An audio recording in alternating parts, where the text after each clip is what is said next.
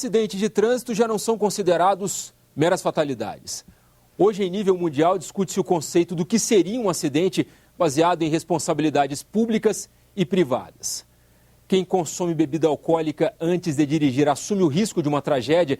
Estados negligentes com o transporte público ou com as condições das vias de tráfego podem ser responsabilizados. Comportamentos agressivos, excesso de velocidade, imprudência ao volante representam crimes e são passíveis de penalidade. Neste bloco do Repórter Senado, o papel que cabe a cada um na guerra do trânsito.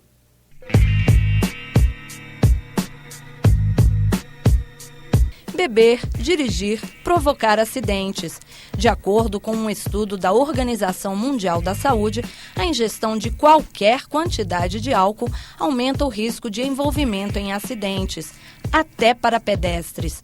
O álcool afeta a visão e os reflexos, diminui a capacidade de discernimento, a prudência e influencia em outros comportamentos de alto risco, como o excesso de velocidade e o não uso do cinto de segurança. O acidente de trânsito, ele não pode ser visto como uma banalidade ou como uma fatalidade.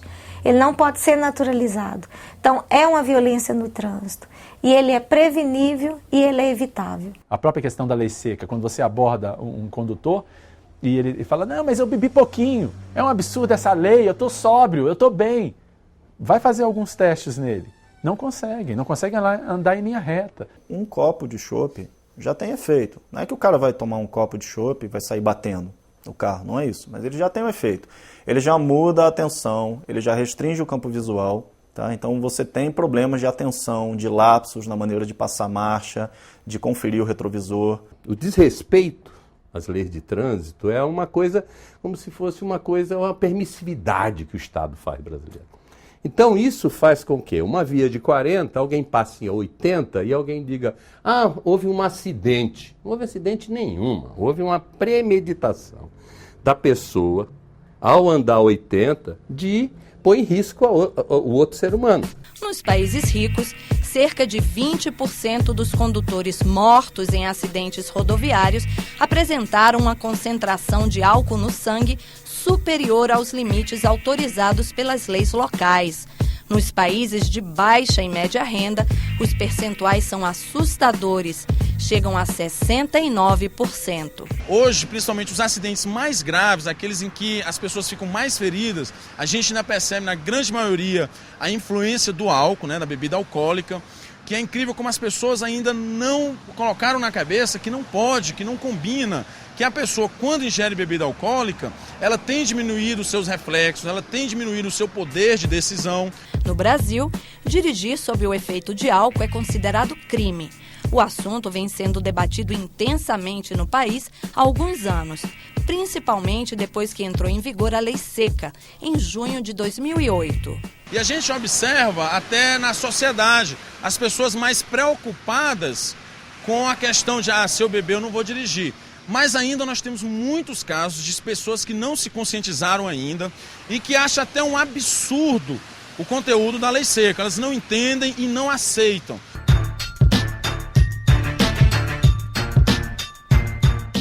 Apesar do sucesso inicial, a Lei Seca logo começou a ser passada para trás pelos motoristas.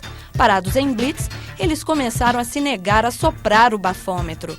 Legalmente, porque no Brasil ninguém é obrigado a fazer nada que possa ser usado como uma prova contra si mesmo. Para este advogado e professor de direito penal, a lei foi mal redigida. Todas essas legislações que são feitas assim, a base, a reboque de uma discussão, de uma emergência, geralmente sai alguma coisa na imprensa, né? Vocês noticiam alguma coisa, e aí se começa a fazer um debate acalorado sobre certas questões, e a legislação que é feita nesse tipo de ambiente, geralmente é uma legislação que tramita muito rapidamente e às vezes não convida a uma reflexão mais profunda. Mas deixar de soprar o bafômetro não livra o motorista de punição. No aspecto administrativo, hoje está bem redondo, está bem fechado. Por quê? Porque A nova redação, ela dá a possibilidade de o simples fato da pessoa se recusar a soprar, a submeter ao etilômetro, ao bafômetro, e isso gerará uma notificação, uma multa, né, com valor de 900, quase R$1.000, e mais a suspensão do direito de dirigir por 12 meses.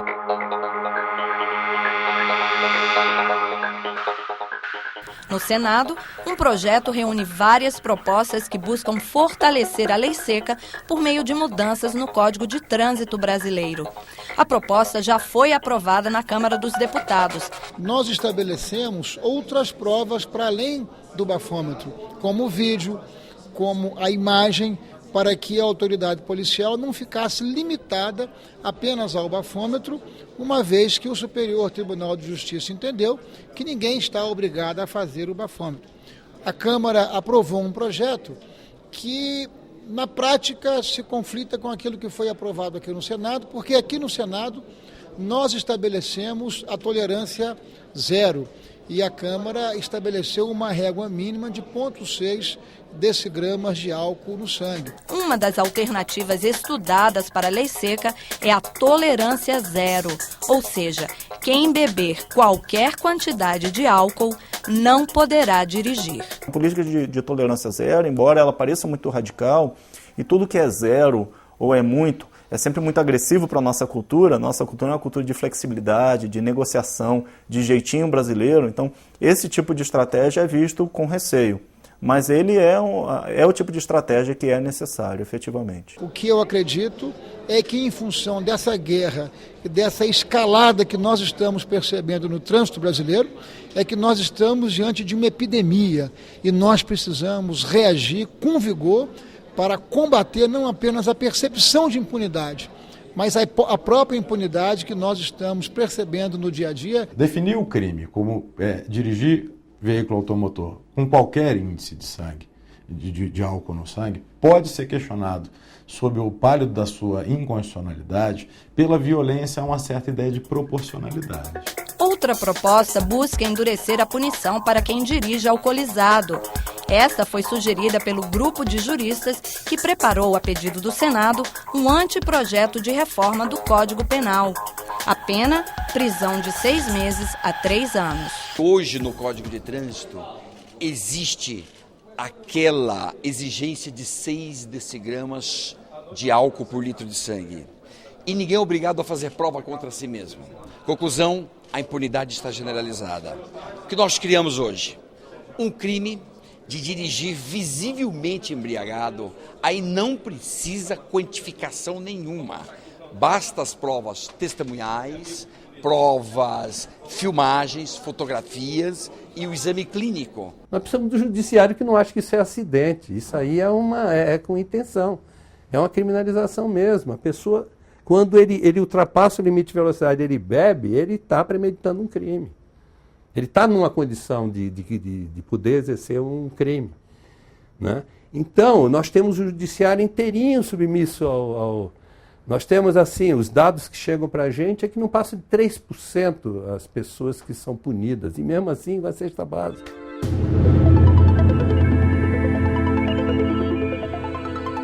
A velocidade de uma rodovia é determinada por uma série de fatores, entre eles a função da via, o entorno, o tipo de divisor entre pistas, o número e largura de faixas, cruzamentos. A regulamentação da velocidade busca oferecer mais segurança aos usuários, mas os ciclistas acham que os limites deveriam baixar. As cidades brasileiras têm limites altíssimos de velocidade, o que por si já inibe que a pessoa tanto pedale quanto caminhe. Então a gente precisa mudar o contexto da cidade, essa cultura muito ainda voltada para o automóvel e pensar realmente nas pessoas que querem caminhar, que querem pedalar, realmente deixar o carro em casa. E a cidade também se estruturou para o automóvel, então ela se dispersou.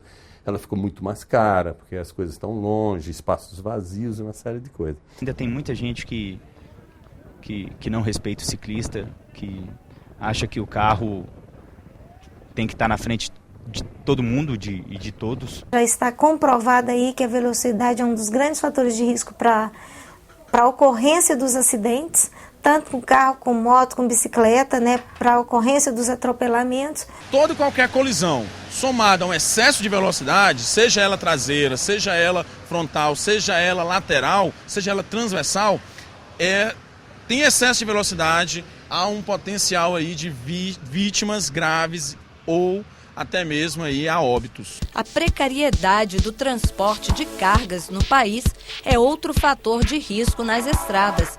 O uso de drogas estimulantes por motoristas de caminhão é apontado como uma causa importante de acidentes. Nós aqui, por fiscalizar o tacógrafo, que é o disco que registra lá instantaneamente a velocidade, né, e os espaços percorridos, a gente já fiscalizou motoristas que dirigiu 15 horas ininterruptas. Então 15 horas ali no volante, é fácil a gente pensar que esse profissional ele está à mercê ali de qualquer problema fisiológico ali, ele dormir e não mais quando está à frente do veículo. O carro e a moto como objetos de desejo, símbolos de status social. Os veículos que trafegam em nossas vias não são apenas meios de transporte. Todo mundo quer um carro. Então como é que eu não tenho, eu quero ter. E quem tem não quer deixar de ter. Semana passada eu vi o cara acelerando o carro para poder atropelar um cachorrinho vira-lata. As pessoas não têm noção. As pessoas são ruins e por isso que a lei tem que ser braba mesmo. Eu acho que tem que ter punição mesmo. Pressa, estresse, competitividade, reflexos de um elemento mais sutil do que o álcool e a velocidade e que também contribui para os acidentes de trânsito. É o comportamento das pessoas. A maioria dos motoristas não tem paciência. Anda sempre ocupado, correndo, né? E esquece da gente do lado de cá. Tem várias medidas aí que a gente conhece em várias cidades do exterior. A restrição do uso do automóvel, diminuir o número de vagas de estacionamento, criar mais áreas, tanto para pedestres quanto para ciclistas. A pessoa, na hora que tem o carro, ela gostaria que ela fosse impune. Você entende? Porque na hora que você está no carro, você é outro cidadão. Aquele filme do Pateta, lá do Disney, que ele é um cara todo pacato, quando ele entra no carro, ele vira um bicho, né? É muito simbólico isso. É um homem gentil, amável, pontual e honesto.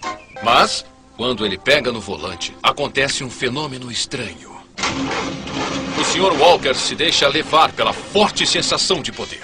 Sua personalidade muda completamente. E de repente ele se transforma em um monstro incontrolável, um motorista diabólico. O Sr. Walker é agora o Sr. Wheeler, um motorista. Você percebe o uso de película, a película que escurece. Você não consegue enxergar. Eu não sei se quem está dirigindo é um homem, é uma mulher, quantas pessoas tem no carro. E o que você percebe é um mero carro. Como você percebe só um carro, isso favorece a ocorrência de comportamentos que são mais antissociais. Motoristas, ciclistas, pedestres, todos reclamam e são também alvo de reclamações. Mas é a atitude dos motociclistas no trânsito a campeã de críticas por parte da população. Eu vejo muito motoqueiro andando nas calçadas, atravessando perto de parada de ônibus, subindo locais que não deveriam subir. Ixi, os motoqueiros é problema, viu? É problema sério. Tem hora que eles passam relando no para-choque do ônibus aí. Eles, na realidade, eles não respeitam as faixas. Eles entram fora dela, lugar deles ter de entrar, mesmo 50 metros talvez. E entra rasgando mesmo, entra arrebentando. E eu acho que deveria também ter uma carteira específica para moto de grande cilindrada e cilindrada pequenininha. Porque você vê... Eu tenho amigos meus que faleceram em acidente de moto, que tinham a 125 e depois comprou uma 400 e tal, e a habilitação era a mesma. Eu acho que não tem sentido isso. Existem motoristas que respeitam motociclistas, existem motoristas que não respeitam os motociclistas, que são imprudentes, e existem também os mal motociclistas, que é os motoqueiros. Motoqueiro é diferente do motociclista. Motoqueiro é aquele cara que compra uma moto para fazer um assalto, que anda sem capacete. Então, existe motociclista profissional, existe motociclista amante, que é o motoclube, que usa a moto para passeio, existe um motoqueiro que essas pessoas erradas. Essencialmente, o trânsito é um espaço de convívio social.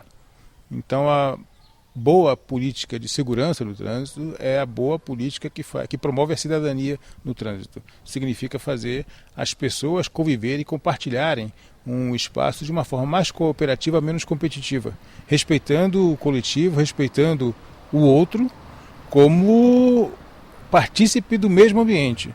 Um pequeno aparelho também tem contribuído para a violência no trânsito: os celulares. Segundo a Associação Brasileira de Medicina de Tráfego, o reflexo de um condutor usando o celular é tão atrasado quanto o de alguém embriagado. Se a pessoa atender ao telefone enquanto dirige, por exemplo, a 54 km por hora, terá percorrido 30 metros sem prestar atenção. Se estiver digitando mensagem de texto, então, vão ser 90 metros, o equivalente a 1 quarteirão e meio. O aparelho aumenta em 23 vezes o risco de acidente. Nós temos as desatenções produzidas pela tecnologia introduzida dentro do veículo, como os fones de ouvido para os motociclistas, como mandar torpedo, como os GPS, coisas que tiram a atenção do indivíduo e propiciam o acidente. De todos os usuários do trânsito, um grupo é o que mais preocupa, por correr risco maior de se envolver em acidentes fatais: homens com idades entre 20 e 39 anos. Vamos pegar um dado estatístico de 418 óbitos em 2011, 418 acidentes, né, vinculados ao óbito em 2011. Se nós pegarmos que quase 80% foram homens e desses 80%, 60% foram nessa faixa etária, nós temos aí no mínimo 200 homens morrendo anualmente no DF nessa faixa etária. Isso é muito sério.